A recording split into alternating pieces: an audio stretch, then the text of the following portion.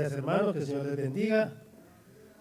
Vamos a meditar en esta mañana sobre la historia de un hombre en la Biblia que se habla mucho de él, Gedeón. Y damos la bienvenida a cada uno de ustedes para que podamos juntos escuchar y escuchar la palabra sobre este hombre. También damos la bienvenida a los hermanos que se han conectado a través del Facebook en diferentes lugares del mundo, así que todos sean muy bienvenidos. Vamos a orar para entregar este tiempo al Señor. Bendito Dios y Padre Celestial, te damos gracias, Señor, por este tiempo, Señor, gracias por la oportunidad, Señor, que me da de poder enseñar tu palabra. Señor, gracias, Señor, por los hermanos que han venido, gracias, Señor, por los que están conectados, Señor, por el Facebook. Oh Dios, te damos las gracias porque tú, Señor, hasta acá has sido bueno.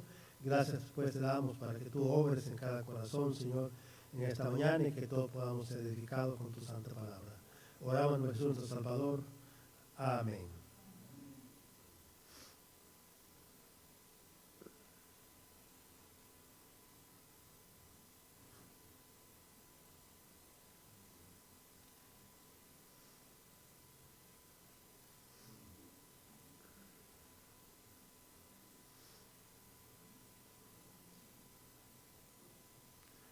Bien, hermanos, abran sus Biblias en el libro de Jueces.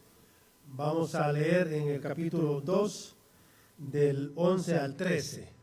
Jueces capítulo 2, del 11 al 13.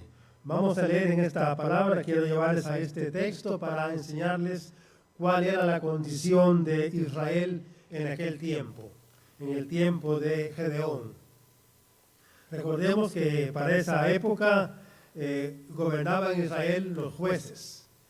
Era Dios quien obraba y nombraba a un hombre, le ungía, y este hombre era el que gobernaba Israel. Entonces, en ese tiempo de los jueces, cuando surge Gedeón, en un tiempo muy difícil en el cual Israel se había apartado de la palabra de Dios y de sus mandamientos. Leamos entonces del 11 al 13 y dice: Después los hijos de Israel hicieron lo malo ante los ojos de Jehová y sirvieron a los Baales.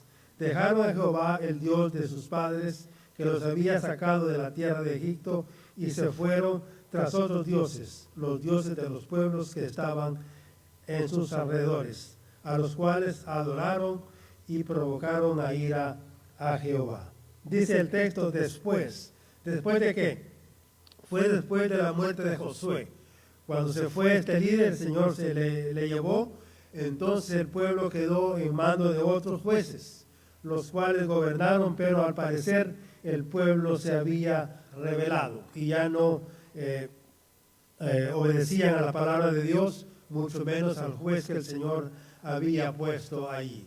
Entonces, desde el capítulo 2 llegamos al capítulo 6 del mismo libro de Jueces, donde los hijos de Israel siguen haciendo lo malo, siguen en rebeldía y siguen provocando a ira a Dios. Y en ese contexto el Señor les hace esclavos de los madianitas, un pueblo enemigo de Israel históricamente, porque los madianitas también vienen de Abraham, de una mujer que él tuvo llamada Sura, y ella fue la que dio hijos, y ahí salen los madianitas. Y dice el capítulo 6 de Jueces, del capítulo 1 al 6, y dice: los hijos de Israel hicieron lo malo ante los ojos de Jehová. Veamos que siguen haciendo lo malo, tal cual en el verso 2. Y Jehová los entregó en mano de Madián por 7 años. Hubo entonces ese tiempo que les entregó y eran prácticamente esclavos de los madianitas. Y dice: y la mano de Madián prevaleció contra Israel, y los hijos de Israel por casa de los madianitas se hicieron cuevas en los montes y cavernas y en lugares fortificados. Tenemos que un pueblo que está esclavo, está indefenso, no quiere reconocer el señorío de Dios y prefiere estar sufriendo la esclavitud de este pueblo enemigo, que de por sí eran sanguinarios. no había ningún tipo de misericordia para Israel, sino que ellos hacían lo que querían. Y veamos acá como ejemplo en el verso 3 que dice: pues sucedía que cuando Israel había sembrado, subían los madianitas y amalecitas y los hijos del oriente contra ellos, subían y los atacaban. Y acampando contra ellos, destruían los frutos de la tierra hasta llegar a Gaza, y no dejaban que comer en Israel ni ovejas, ni bueyes, ni asnos. Tenemos entonces que los madianitas estaban acampados alrededor de Israel, y mientras ellos sembraban el cultivo, el trigo, no le hacían nada. Le dejaban que trabajasen, que labraran la tierra, pero cuando venía la cosecha, ellos entraban en pandilla y les atacaban y les robaban todo el grano, y lo que no podían llevarse lo destruían. Dice acá que subían y les atacaban. Y dice el Señor: y acampando contra ellos, destruían los frutos de la tierra hasta llegar a Gaza. O sea, era una tierra totalmente arrasada, de tal manera que no dejaban nada para que Israel subsistiese. Entonces dice: y no dejaban que comer a Israel ni ovejas, ni bueyes, ni asnos. O sea, se llevaban el grano y también los animales que encontraban.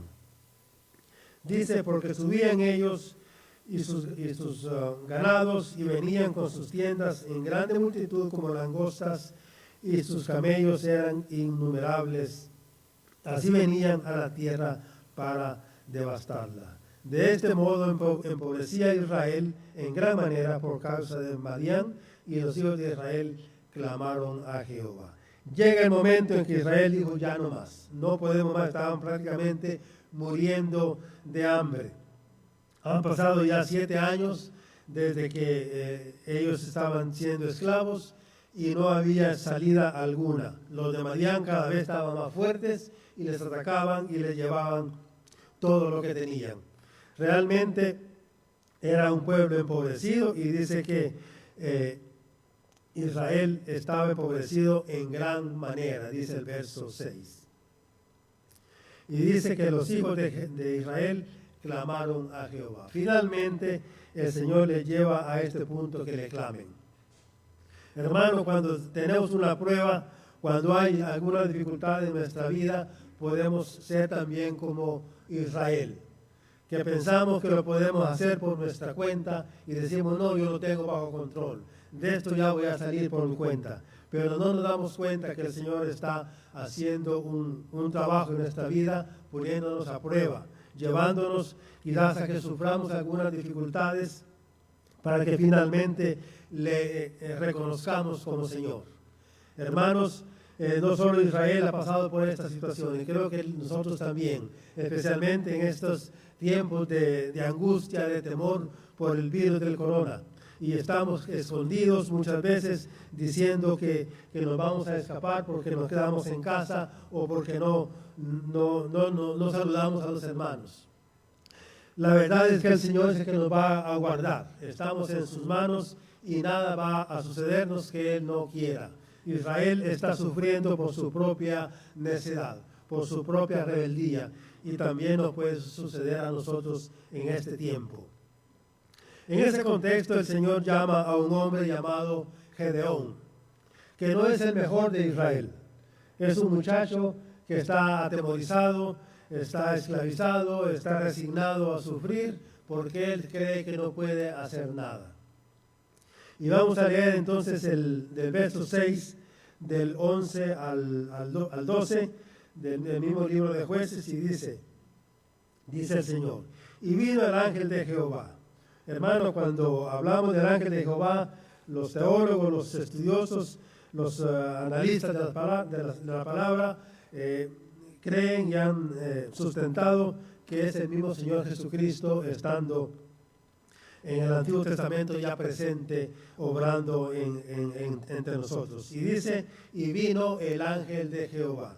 Entonces Gedeón, a pesar de la crisis, él no buscó a Jehová. Tuvo que venir Jehová a buscarle. Y dice: y vino el ángel de Jehová. Hermanos, también nosotros hemos sido buscados por el Señor. Ninguno de nosotros dijo, yo voy a buscar a Dios porque le necesito. Siempre estábamos allá en la vieja vida pensando de que éramos capaces, pensando que podíamos salir de cualquier situación, y fue el Señor Jesucristo quien vino a buscarnos. Él llegó a nuestro corazón, nos ha convencido de pecado y estamos acá por su gracia, por su amor y por su misericordia. Creo que todos estamos de acuerdo en que hemos sido buscados por el Señor. Ninguno de nosotros ha dicho, Señor, yo te voy a buscar. Hay muchas canciones, muchos coros que dice, de mañana te buscaré y todo eso, pero eso es una poesía, no es bíblico, no es nada que nosotros hayamos hecho para adquirir nuestra salvación. Él vino a buscarnos, tal cual fue y buscó a Gedeón. Y dice, y se sentó debajo de la encina que está en Ofra, la cual era de Joás, abieserita. Y su hijo Gedeón estaba sacudiendo trigo en el lagar para esconderlo de los madianitas. Este texto quiero explicarlo un poco porque tal vez algunos de ustedes no entiendan lo que es un lagar. Un lagar no es un lugar para limpiar el trigo. El trigo se limpiaba al aire libre. Ellos tiraban el grano y el mosto se iba y caía el grano sólido al piso y luego lo recogían. Pero este mosto es muy picante.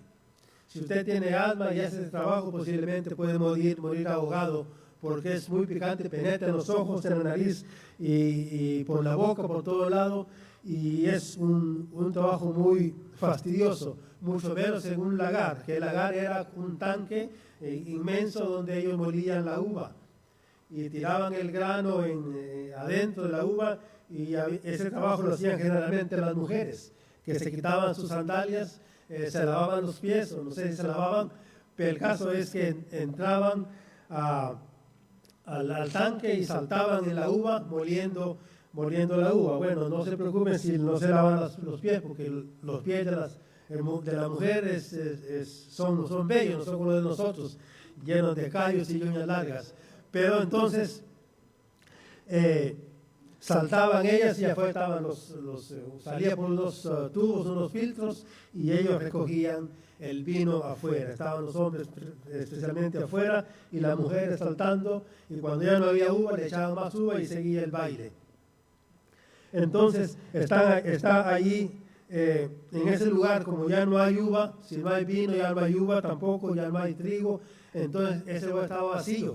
Y entonces ahí aprovechó Gedeón para esconderse y empezar a limpiar.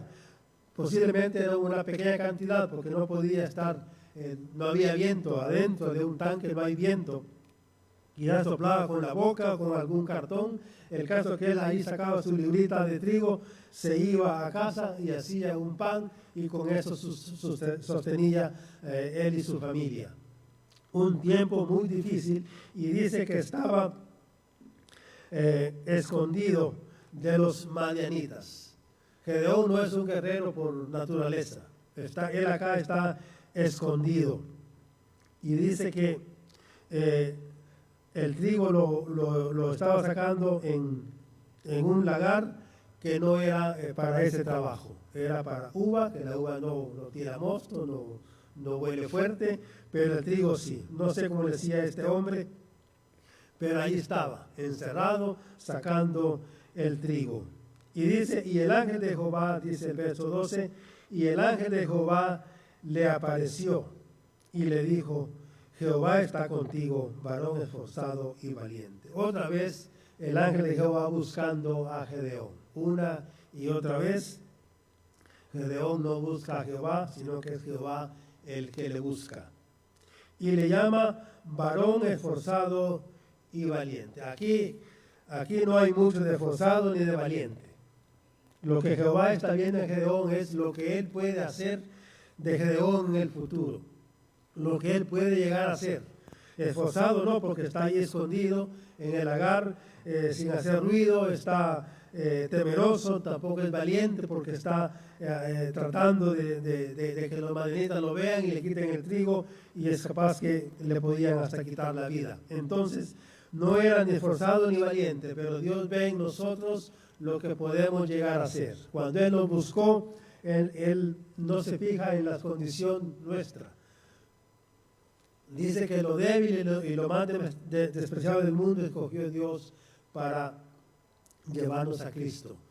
No es por nuestros méritos, no es por nuestra fuerza, sino que es por la misericordia de Dios que podemos llegar a ser un varón esforzado y valiente. ¿Qué respondió Gedeón? La respuesta de Gedeón. El Señor le busca, le promete llevarlo, le promete bendecirle, le promete una victoria contra los madianitas, y Gedeón contesta en el verso 13. Vamos a ver el verso 13 y al 14. Y dice, y Gedeón le respondió: ah, Señor mío, si Jehová está con nosotros, ¿por qué nos ha sobrevenido todo esto? Gedeón no quiere reconocer su pecado. No quiere reconocer que Jehová está obrando de esa manera porque ellos se han apartado de su palabra, de sus mandamientos. Y dice, ¿por qué nos ha sobrevenido todo esto? Todavía no sabía Gedeón.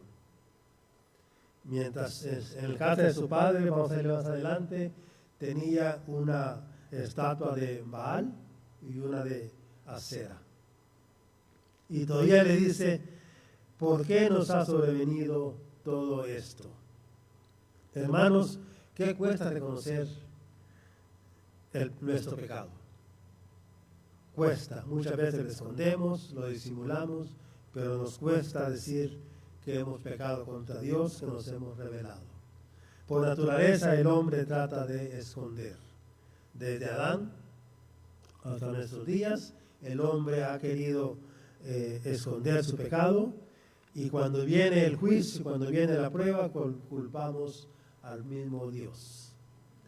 Lamentable, pero esa es la condición humana, la respuesta de Gedeón. Y sigue diciendo el texto: ¿y dónde están todas las maravillas que nuestros padres nos han contado diciendo, no nos sacó Jehová de Egipto? Ya comienza hasta a dudar de la historia. Debe decir, capaz que los padres nos han mentido. Ya pasaron casi 200 años después de lo de Egipto, entonces la historia le llega a Gedeón, pero muy nublada, ya no está tan clara, y entonces dice, ¿dónde están? ¿Será que es verdad o será que es mentira?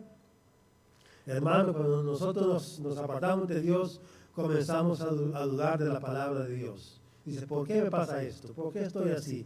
No será que es mentira lo que dice la Biblia, de que perdona, que Él levanta, que Él restituye. Y entonces comenzamos a cuestionar la palabra de Dios. Y Gedeón está haciendo exactamente lo mismo. Dice, y ahora Jehová nos ha desamparado. Mire usted, ahora Jehová nos ha desamparado. Y dice, y nos ha entregado en mano de los madianitas.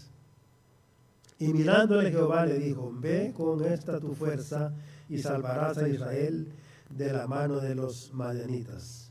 ¿No te envío yo? No es con tus fuerzas, no es con nuestro trabajo, sino que es con la fuerza de nuestro Dios. Él es el que hace en nosotros el hacer y el querer también. No tenemos opción más que obedecerle. Y dice, no te envío yo. Cuando el Señor nos envía a hacer algo, no es tiempo de poner excusas, es tiempo de obedecer, es tiempo de cumplir lo que se nos ha ordenado. Sea cual sea el ministerio de la iglesia, usted puede decir, eso que yo hago lo puede hacer cualquiera, de repente no llego, que lo haga otro, y eso es una falta de responsabilidad y falta de fe también, porque le estamos sirviendo no al hombre, sino al Señor Jesucristo, a su pueblo. La respuesta de Jehová. Este es un diálogo muy interesante entre Gedeón y Jehová, muy interesante. El positivismo contra el negativismo. Y dice la respuesta de Jehová en los versos 14 al 16. Y dice, y mirándole Jehová le dijo, ve con esta tu fuerza y salvarás a Israel de la mano de los madianitas, ¿no te envío yo? Entonces le respondió, ah, Señor mío, ¿con qué salvaré yo a Israel? He aquí que mi familia es pobre en Manasés, y yo el menor en la casa de mi padre. Jehová le dijo, ciertamente yo estaré contigo y derrotarás a los madianitas como a un solo hombre. Aquí vemos el autoestima como la tiene de baja Gedeón. Ah, Señor mío, he aquí mi familia es pobre. El Señor le dice, ve con tu fuerza. Y él sigue insistiendo, ¿con qué voy a salvar yo a Israel? He aquí que mi familia es pobre, necesito recursos. ¿Quién me va a seguir si yo soy el último el menor de la casa de mi padre? Soy de Manasés, que Manasés quiere decir el último, quiere decir el abandonado. Entonces, si él es el último del último del último. O sea, Gedeón se considera que él es el menos indicado para llevar la tarea que el ángel de Jehová le está mostrando. Hermanos, cuando nos sintamos incapaces de hacer algo, es porque el Señor está obrando en nosotros. Y Él quiere obrar no por nuestras fuerzas, sino por las suyas, para que la gloria no sea nuestra, sino que sea de Él. Y dice Jehová, ¿con qué salvaré yo a Israel? Él miraba la misión como muy larga, demasiado grande. ¿Cómo yo voy a hacer? ¿Dónde está mi ejército? No tengo ni un hombre armado. No hay comida, no hay trigo, no hay tierra, no hay ganado, no tengo nada de que echar mano. Y le dice, ciertamente yo estaré contigo, le dice Jehová. No necesitas más que otra cosa que yo esté contigo. Gedeón trata de eludir el llamado de Dios y pone a prueba a Jehová. Todo lo que le ha dicho Jehová lo ha escuchado, pero siempre dudando. Y al final, cuando ya él es convencido intelectualmente, él quiere espiritualmente ser convencido de que verdaderamente él va a triunfar. Y dice que trata de eludir la misión. Vamos a ir a Jueces 36 al 40. Jueces 6, 36 al 40. Aquí hay otro diálogo muy interesante entre Gedeón y Jehová. Dice Gedeón, y Gedeón dijo a Dios, el 36, si has de salvar a Israel por mi mano, como has dicho, he aquí que yo pondré un vellón de lana en la era, y si el rocío estuviese en el vellón solamente, quedando seca y toda la otra tierra, entonces entenderé que salvarás a Israel por mi mano, como has dicho. Hay una palabra, vellón, quisiera explicarla para que quede claro. El vellón se le llamaba al primer corte de la lana en la oveja. Cortaban la parte de encima y esa lana era la más fina, la más cara, y esa era la ofrenda que daban a los sacerdotes para que ellos pudiesen cubrir sus necesidades. Entonces ese es un vellón. Entonces él recogía un vellón, lo ponía en la tierra y quería que en la noche el rocío llegase solamente al vellón, no al resto de la tierra. La era es un lugar baldío que está preparado para la siembra.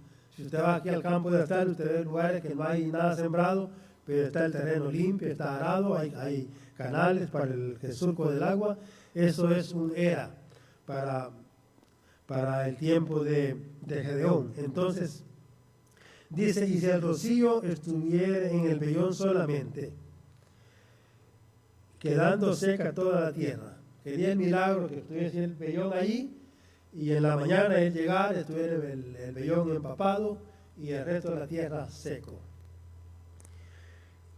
Interesante la prueba. Y dice el 38, del 37 dice. Y aconteció así, pues cuando se levantó de mañana, exprimió el vellón y sacó de él rocío, un tazón lleno de agua. No estaba húmedo, no estaba solamente medio mojado, estaba empapado. Pero para Gedeón no era suficiente. Cuando el Señor va y le cumple ese deseo, dice, no, todavía falta, no estoy realmente convencido. sacó un tazón lleno de agua. Había mucha agua ahí, mucha agua.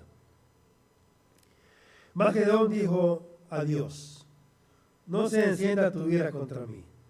Ya él sabe que está abusando de Dios. Y le dice: no se encienda tu ira contra mí. Si aún hablaré esta vez, solamente probaré ahora otra vez con el vellón. Te ruego solamente el vellón quede seco y el rocío sobre la tierra. Ahora era al revés. Quería la tierra empapada y el vellón en medio del era, y que estuviese totalmente seco. Quería eludir, quería escaparse, escabullirse, poner cualquier excusa. Si el Señor no le cumplía esto, habría dicho: bueno, yo le dije a Jehová que hiciera esto y no lo hizo, así que esto no es conmigo y me voy. Él quería escapar, no quería cumplir la misión. Dice el 40 del verso 6. Y aquella noche lo hizo Dios así. Solo el vellón quedó seco y en toda la tierra hubo rocío. Aquí tenemos entonces la confirmación de que Dios quería salvar a Israel por medio de Gedeón. Le había cumplido todos los caprichos. El Señor a veces pasa con nosotros contumeliando nuestros deseos y le pedimos cosas que no convienen, y a veces Él dice: bueno, está bien, te lo voy a dar, y nos bendice hasta más de lo que le pedimos, porque Él es todo amor. Y con Gedeón es un ejemplo de que Él escucha nuestras oraciones, que Él clama a nuestro favor, que Él es el que nos va a llevar de victoria en victoria. Preparación para la guerra. Hasta acá ha venido el diálogo sobre el llamado de Gedeón, pero ahora viene lo más interesante, lo que es la guerra. Ahora viene la acción. Ya Gedeón tiene fe, ya Gedeón ha sido moldeado en la misión, ya está convencido. Ahora viene el preparativo para la guerra. Hermanos, cuando aprendemos algo, no es para nuestro provecho, no es para atesorarlo y dejarlo ahí, sino es para llevarlo a la práctica. Gedeón fue llevado paso a paso hasta llegar al punto en que ahora Gedeón a la acción, de la fe a la acción. Dice el apóstol Santiago que la fe sin obras es muerta. Así que ahora Gedeón tiene la gran tarea de llevar al pueblo a la guerra. Tiene un pueblo enemigo numeroso y él no tiene ni siquiera un soldado. Pero vamos a ver cómo se desarrollan estos preparativos. Verso 7, vamos a ir al capítulo 7, el verso 1 al 3. Y dice: levantándose pues de mañana Jeroboam, el cual es Gedeón, y todo el pueblo que estaba con él acamparon junto a la fuente de Arod, y tenía el campamento de los madianitas al norte, más allá del collado de Moré, en el valle. Levantándose pues de mañana. La primera condición de un líder que sea efectivo, tiene que levantarse de mañana. Un dormilón no creo que esté para ser líder. Si los soldados se levantan a las 6 de la mañana y el líder a las 10, habrá perdido todo su don de mando, y lo que diga después de eso no se le va a escuchar. Dice: levantándose pues de mañana. Jeroboam es un hombre que le vino cuando él derribó una estatua de Baal. Entonces los israelitas allí le pusieron el nombre de Jeroboam, que quiere decir el que mata Baales. Pero él sigue siendo Gedeón. Y dice: y todo el pueblo que estaba con él. Ahora ya no está solo Gedeón. Ya se levantó de mañana, ya convocó, y todo el pueblo llegó y dijeron: aquí estamos a tus órdenes, Gedeón. Ya ahora es un jefe militar, ya es un estratega que tiene un pueblo que dirigir. Hermanos, cuando el Señor nos llama a un liderazgo, siempre vamos a tener quien nos ayude. El Señor prepara corazones para que estén a nuestro lado y podamos sacar cualquier proyecto en la obra del Señor. Y aquí está que todo el pueblo estaba con él. Más adelante vamos a ver que solo de soldados le llegaron 32,000. Vamos a verlo después, que llegaron 32,000 hombres dispuestos a la batalla, sin armas, porque no había armas, pero estaban dispuestos. Dice, y acamparon junto a la fuente de Harod, que tenía el campamento de madianitas al norte, más allá del collado de Moré, en el valle. O sea, ellos tenían un campamento muy cerca de los madianitas, y allí estaba el pueblo, Gedeón con su ejército. Y quizás Gedeón estaba contento. Digo, tengo 32,000, más la ayuda de Jehová, yo creo que podemos hacerle frente a los madianitas. Que algunos comentaristas dicen que era más de 300,000 el ejército madianita, porque había madianitas o los amalecitas y los hijos del oriente. Entonces eran muchos pueblos, entonces el ejército era muy numeroso. Y aquí viene el Señor con sus planes. Y dijo Jehová a Gedeón, el pueblo que está contigo es mucho, para que yo te entregue a los madianitas en su mano. No sea que se alabe Israel contra mí, diciendo, mi mano me ha salvado. Hay 32,000 soldados, del otro lado hay 300,000, y Jehová le dice, es mucho tu pueblo. Tenemos que bajar el número, porque si van así, van a ir en sus fuerzas y van a creer que son ellos los que han vencido. Van a decir, bueno, nuestra mano nos ha salvado. Y entonces Jehová quiere que Él sea el que le lleve a la victoria. Dice, ahora pues, haz pregonar en oído desde el pueblo, diciendo, quien tema y se estremezca, madrúguese y devuélvase desde el monte de Galad. Y se devolvieron de los del pueblo 22,000 y quedaron 10,000. Una deserción muy interesante. Habían 32,000 y dice el que tema y se estremezca. El Señor no quería temerosos, no quería miedosos, no quería cobardes. Y dijo, el que tema y se estremezca, madrugue y devuélvase, madrugue y devuélvase. Quizás Gedeón pensó perder unos 2,000, 3,000 hombres, y dijo, me quedan 29, me quedan 28, pero se le fueron 22,000. Pasaron 1,000, otros 1,000, 19,000, 20,000, 21,000 y hasta los 1,000. Bueno, Gedeón quedó viendo y dijo, me quedé solo, porque ya era la tercera parte de su ejército que había desertado. Allí ya comenzó Jehová a poner a prueba la fe de Gedeón, la fe de este hombre. Y quedaron 10,000. Ahora le dice Gedeón al Señor, mira Señor, me quedaron 10,000. ¿Querés que siempre vaya a la guerra? Sí, le dice Jehová. Vamos a ver el verso 4. Claro que sí. Y Jehová dijo a Gedeón, aún es mucho el pueblo. Quedaban 10,000 de 32. Ahora quedan estos y Jehová le dice, todavía es mucho. No quiero 10,000. Dice, llévalos a las aguas y allí te los probaré. Y del que yo te diga, vaya, contigo irá contigo. Más de cualquiera que yo diga, no vaya contigo. El tal no irá. Entonces llevó el pueblo a las aguas, y Jehová dijo a Gedeón, cualquiera que lamiere las aguas con su lengua como lame el perro, aquel pondrás aparte. Asimismo, a cualquiera que doblare sobre sus rodillas para beber, también pondrás aparte. Y dice, y fue el número de los que lamieron, llevando el agua con la mano a su boca, 300 hombres. Y todo el resto del pueblo se dobló sobre sus rodillas para beber de las aguas. De los 10,000 quedaron 300. Y la prueba era esta: lamer como lame el perro. Usted ha visto tomar como toma su carita.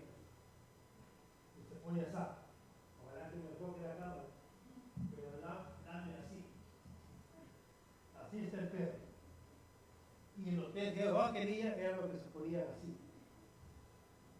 Tomaban el agua, atentos, llevaban con la boca el agua con sus manos, y ellos eran los que estaban atentos. El Señor no quería distraídos.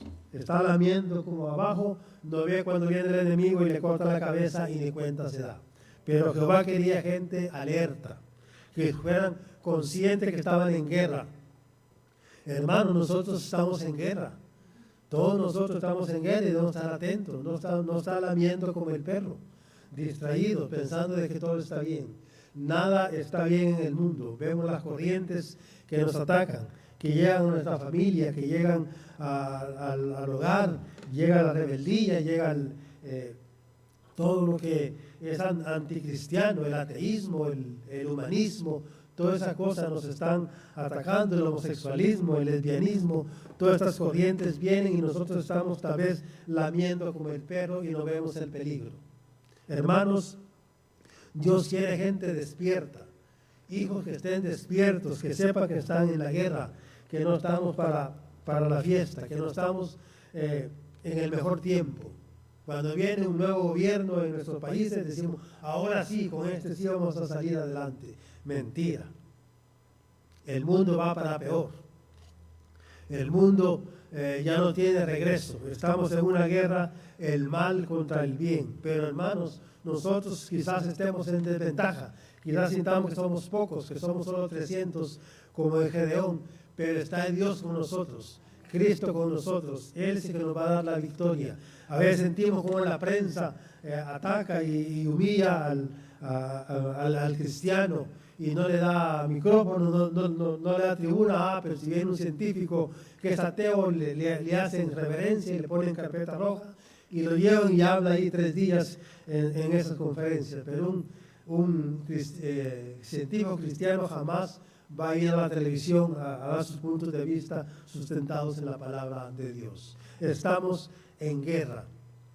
Pues bien, entonces quedaron 9.700 lamieron como el perro. Hermanos, los cobardes siempre van a ser los más.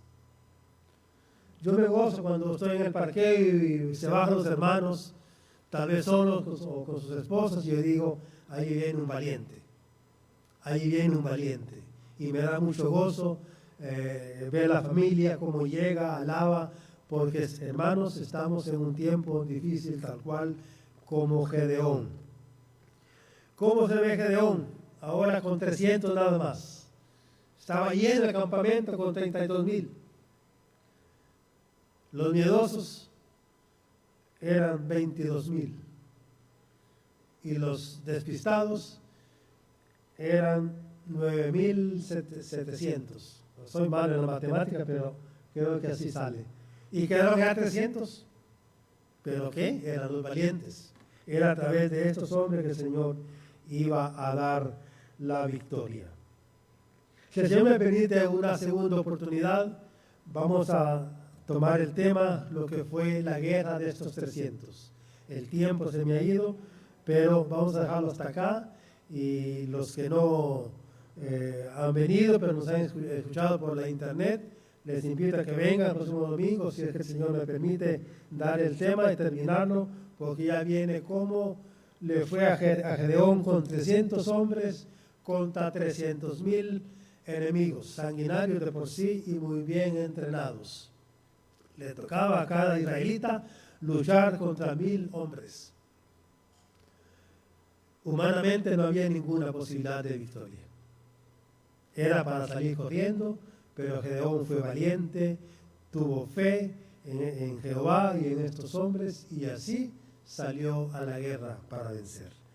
Entonces la segunda parte, por favor no se la pierdan, les animo a venir y ojalá que el Señor me permita y podamos terminar esta hermosa historia que nos ayuda a despertar a saber dónde estamos y con quién estamos.